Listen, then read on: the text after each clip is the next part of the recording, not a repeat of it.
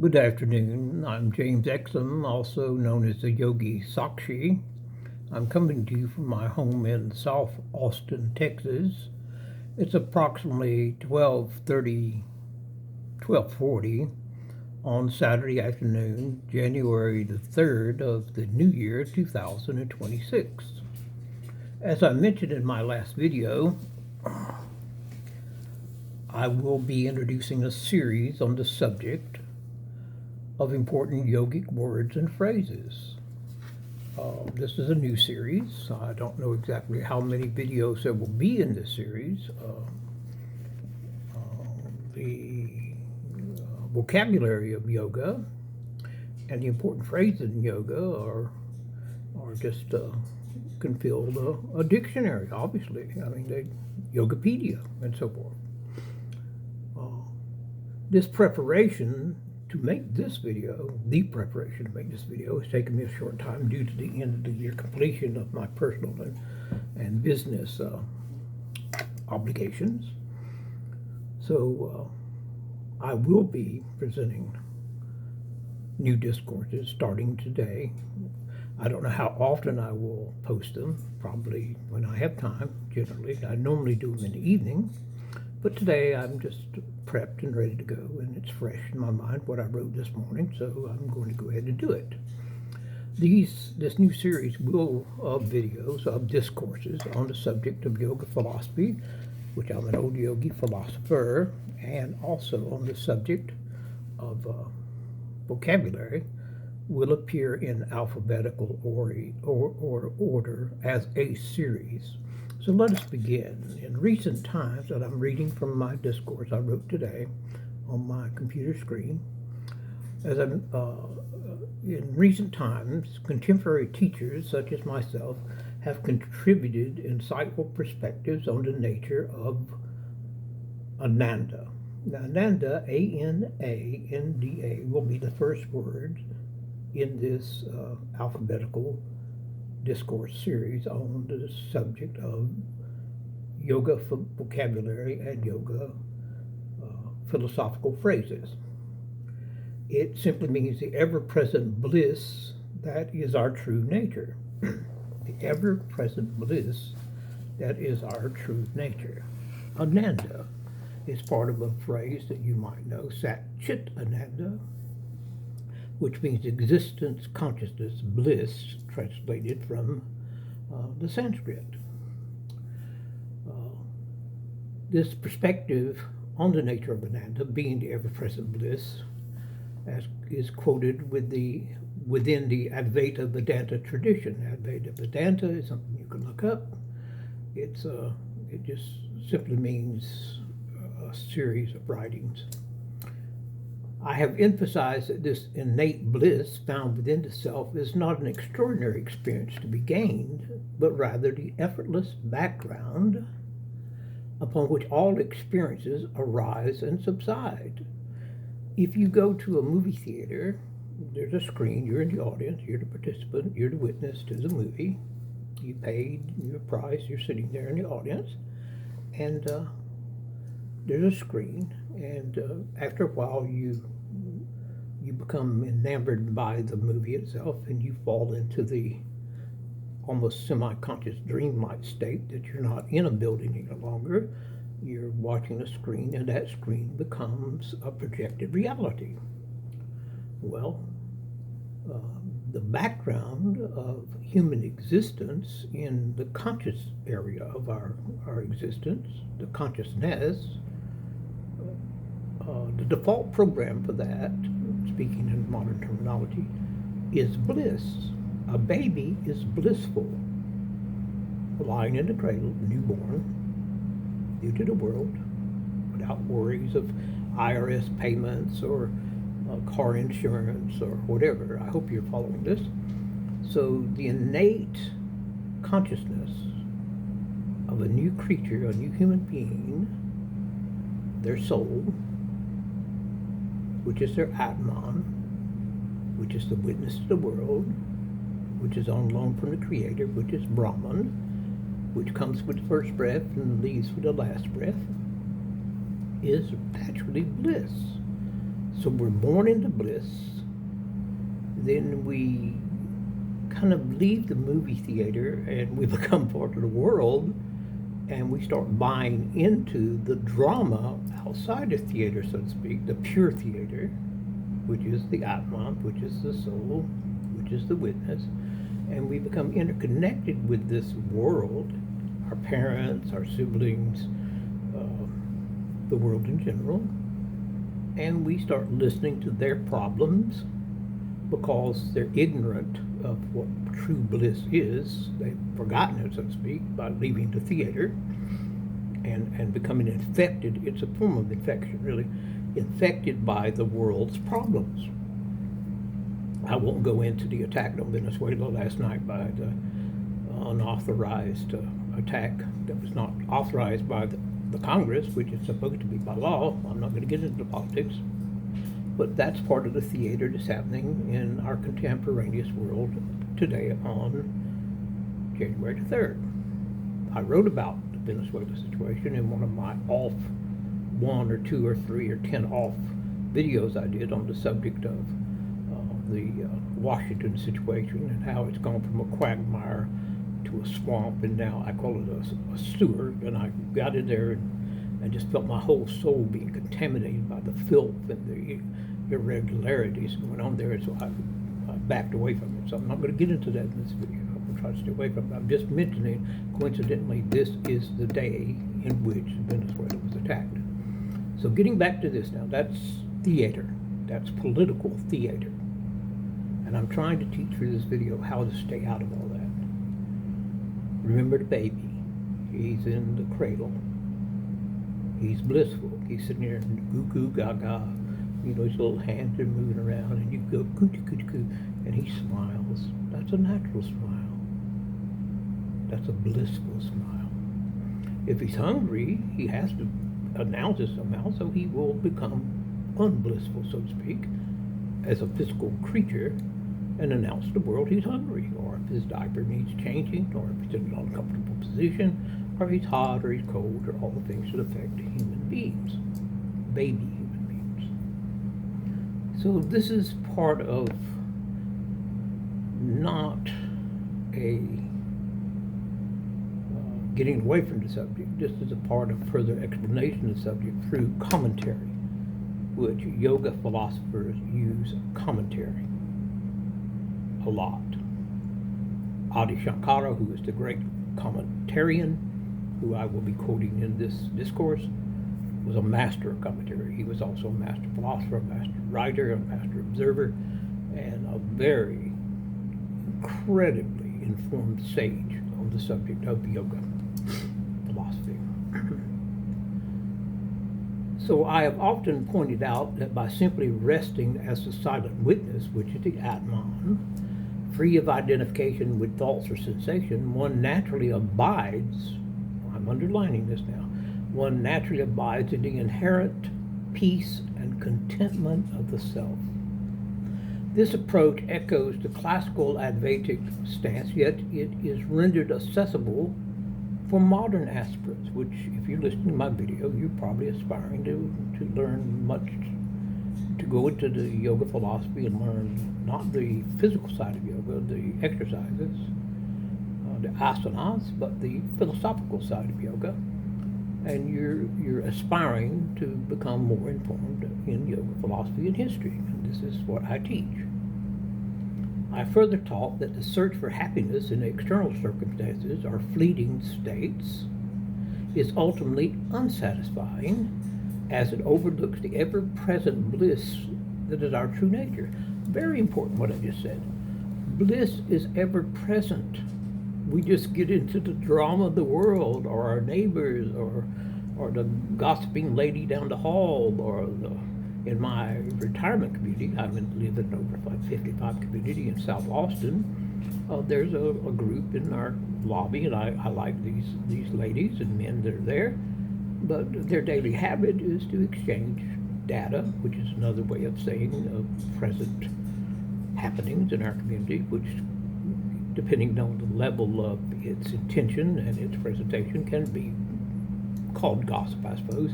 if that's what it truly is defined as and is being enacted as. But generally, they're just visiting and using time. It's a pastime for them to visit, and that's a good thing. I'm not much of one of those visitors because I'm busy with my writings and with my life in general. I'm a painter. Those paintings you see behind me there's a painting I'm working on right there. But I'm a hobbyist. I'm a very busy man, and I stay busy.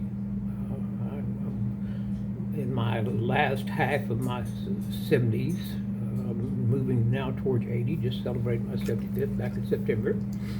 So I stay busy, and I don't have time for idle gossip. I have time for self-improvement and to enjoy my life, to be blissful, because that's in our inherent nature. It's innate in us. So by inviting seekers to turn their attention inward, and you are one of the seekers, or you would be on my channel at this moment, and recognize awareness itself as a source of fulfillment, this guidance I'm offering you complements the philosophical depth of Adi Shankara, the great 8th century writer and commentator I was speaking of earlier. You can look him up, Shankara, S-A-N-K-A-R-A, Adi, A-D-I, Shankara, S-A-N-K-A-R-A, sometimes it's spelled S-H-A-N-K-A-R-A, and his practical instruction. Very practical man. I try to be practical, not always succeed, but I try. Through my YouTube talks, I encourage a living, very important, that's the important word in this sentence, I encourage a living inquiry into the self. I'm talking about you inquiring into yourself, self-realization as such, self-affirmation, self-learning, self-exploration. And through that affirmation, there should come a realization of the Ananda Atman, which is the title of this discourse, Ananda Atman, blissful witness, blissful self, blissful soul.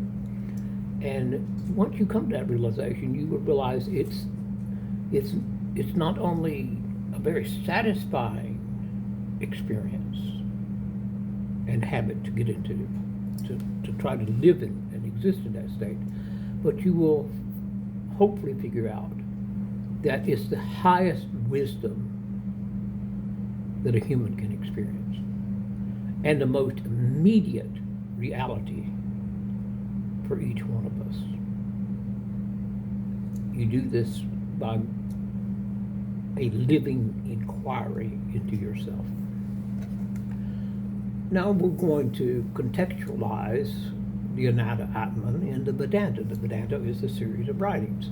Among the profound inquiries of Vedantic philosophy, none is more sublime than the contemplation of the Ananda Atman, which again is the subject, the first in the alphabet, Ananda Atman, the blissful self. And this is rooted in the perennial wisdom of the Upanishads. Now you can look up the Upanishads. Some people pronounce it Upanishads or Panishads. And they're refined by the incisive intellect of Adi Shankara, which the perennial wisdom is refined by the incisive intellect of Adi Shankara, who was the 8th century scholar and writer. And his concepts of the Ananda Atman stand as a beacon illuminating the essential nature of man's true existence. In an age where transient pleasures, very important sentence here, in an age where transient pleasures are mistaken for the highest good. In other words, the razzle-dazzle, the glittery things, the latest car, keeping up with the Joneses, the latest hairdo, the latest fingernails at the manicurist, the latest doodads for the children, the boobies or boopies or whatever those things are they're wearing around. Grown men are wearing around on their belts in public. Stop and think for a second. The latest fads, is that what you really think is important in life? I remember as a teenager, my mother brought me home a Nehru jacket. You'll have to look this up. It's a historical thing. It was made of leather, and she even brought me a little medallion with an amulet on it. And he appeared on the Johnny Carson show, and all of a sudden, it's the rage. So were bell-bottom pants, and so were, the peace symbol and the face paintings. And if you come to San Francisco, be sure to wear some flowers in your hair, the peace, love, and tune in, drop out. Those are fads. They're still fads. But fads, they're called fads because they come and go. Because they're fashionable, I suppose. I don't know where the root word is, but you get my drift. So the sages of the Advaita Vedanta beckon the earnest seekers to discern the eternal, unconditioned bliss that abides as the very core of each and every one of ourselves as the self. So this Atman also is known, I mentioned it earlier, as Ananda. The Atman in the Vedantic tradition is not merely an individual soul, but the very substratum of all experience. It's the screen on which the movie is playing. And as a substratum, it's described as Satchidananda, being, consciousness, bliss. This triune characterization is not to be understood as composite, because it's not, but rather as an indication of the indivisible, self-revealing nature of the true self. As Adi Shankara elucidates in his commentaries, the self is self-luminous, of the nature of pure consciousness, and is ever free from sorrow and delusion. That's how powerful this concept is. It is ever free from sorrow and delusion. You're going, oh, I wish I could never be sad or sorrowful again.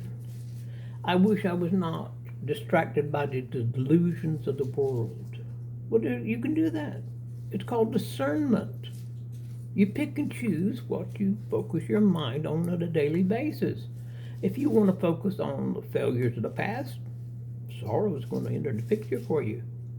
If you fantasize constantly about how wonderful your future is going to be through some self-discovery or some self-education or some self-mortification or whatever your mindset is when you look into the future for riches or rewards or happiness or whatever, you're living outside the here and now. If you stop and think for a second, am I happy at this exact moment? Do away now with what's happened to you in the past. Ignore what may or may not come. Most of the time it doesn't happen anyway. But just think to yourself, at this exact moment while I'm listening to this old man on this video on the internet, am I happy? I'm sitting comfortably in my home, I hope, and I've just had a meal, a while back, and, I freshly washed my body today, and I'm dressed, comfortably, and the air conditioner or the heater is working, and my rent's paid, and some of these things may not be true for you, but regardless, happiness is something you think of and apply to your mind and to your soul. It's a discernment that you can choose. You discern to be happy as opposed to unhappy. And I know this isn't true for everyone. I know that people are having problems. Lord, are people having problems. But if you're not caught up in the drama of the world play, which is going on right now, you can be mindful of all the things that are happening for you in a positive way at this moment. You're not sick and dying in a bed of leukemia. You haven't just been hit by a car out on the road outside your home. No one just shot you in the leg when you were leaving a bar last night. Be happy about the things you have that are positive going on in your life. Be discerning. Be in the moment. And if at this exact moment everything seems to be kind of okay, then that's a form of bliss. And you have to learn to corral it and pet it and welcome it and keep that feel-good second coming back to you on a continual basis, and letting all the other problems and drama of the world just, like water off a duck's butt, just let it pass over you and around you and go on. And this is bliss. This is what innate bliss is about. Now, I could go into quotations and all of that, but I'm not going to do that. I mean, I could, but I'm just not. So this doctrine, expounded by Shankara, posits that the apparent distinction between the individual self and the supreme self is born of ignorance. In other words, we're told in our schooling and in our religious text and in our religious teachings, our Sunday schools or our mass or our temple visitations, that God is God and we are humans and never the twain shall meet, so to speak. And I just told you a while ago, your soul is on loan from the Creator. So there's a spark in you which is part of God. Well, would you say a red blood cell in your body is a part of you? It's as much a part of you as the hairs growing on my goatee. It's as much a part of me as this 40-year-old skin problem, but it's not cancerous. That's a part of my cheek. This is as much me as all of this is me. And I'm a part of God, and God is a part of me. We're not separate. The blood that flows through my veins is a part of me. And the body that exists on this earth as part of this universe, which was created by the Creator, is a part of Him. There's no separation. There's just levels of existence. Levels of separation. But only physical separation. Spiritually, we're the same. Without His spark, my soul wouldn't exist. Without my soul being a part of Him, He could not be the Creator. That's what Advaita Vedanta is talking about. There's no separation. He is me and I am Him. I'm not Him as the ruler of the universe.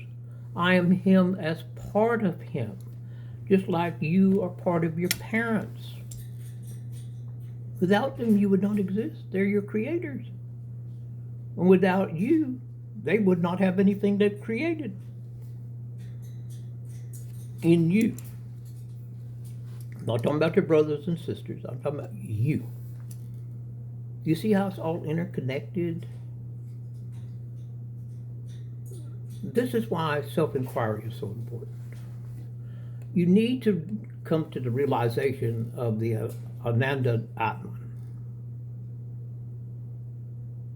to find liberation. In yoga philosophy, we're seeking a concept called moksha. And this moksha, M-O-K-S-H-A, is a culmination of our Vedantic inquiry, and it's not a merely intellectual apprehension of the blissful state, the blissful self, but it is the direct realization. Liberation, moksha, is none other than abiding as the Ananda Atman, the blissful soul, free from all limitations. He who knows the bliss of the self, from whence all words turn back, together with the mind, is not afraid of anything. And that's a quote from the Chandogya Upanishad. These great teachings, these great writings of the great Upanishads have converged in you, the seeker, to turn within and to recognize the substratum of an unalloyed bliss that is true self as much as it has me if you're a believer, and thereby transcend the bondage of sorrow forever. And there ends the lesson. There ends the discourse. The seeker to turn within, to recognize the substratum that is your bliss, that is your true self. This is the finding of moksha. Maybe you're not ready for this. Most people aren't. Most people hear this and say, oh, it's a bunch of gobbledygook. Well, I believe it. I've been studying yoga philosophy for over 50 years. I don't know if you think I'm happy or not. But I'll tell you this, through my observation, this is not vanity, this is fact. Through my observations on a daily basis, when I go and commingle with my fellow residents here in this over 55 retirement community in South Austin, Texas, I may be 100% wrong, but I truly believe in my heart of heart, in my soul of souls, that I'm at least as happy as anyone else that lives here. I know I'm not walking around mumbling and grumbling and moaning and groaning and complaining and living and, or you go to someone's home and they come at you with, how are you doing? You're just visiting, you're being kind and concerned and trying to be helpful. And they pull out some bill that they showed you last time and they moan and groan about how are they going to deal with this problem, but they have children with plenty of money that can pay that bill like that. Or if they quit going to Walmart every day and spending money on junk on this and that and the other and start saving up a little bit here and there, they can pay the bill like that. I always stay a few more minutes and I say, well, I hope it works out for you. But I'm not going to immerse myself in their pool of misery. I'm not going to do it. Because it interferes with my joyful existence, my blissful life. It's like you're watching a movie on the screen, and all of a sudden, this commercial comes on right in the middle of the movie, and it's all drama and problems, and oh, woe is me, and self-pity being the highest form of conceit, and on, and trying to drag you into the muck and the mud of the global misery. I'll get up and walk out. I have no interest in sharing your misery.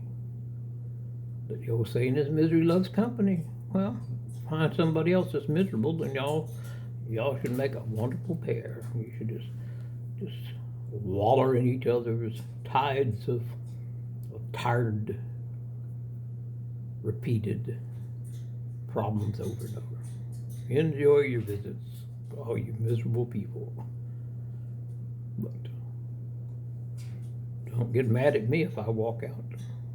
And wish you well, and wish you a happy, happy life, because it's your innate gift from the Creator to be happy all your life. It's your choice, just like a pig in the mud, to waller in your own misery on a daily basis. Life's choices.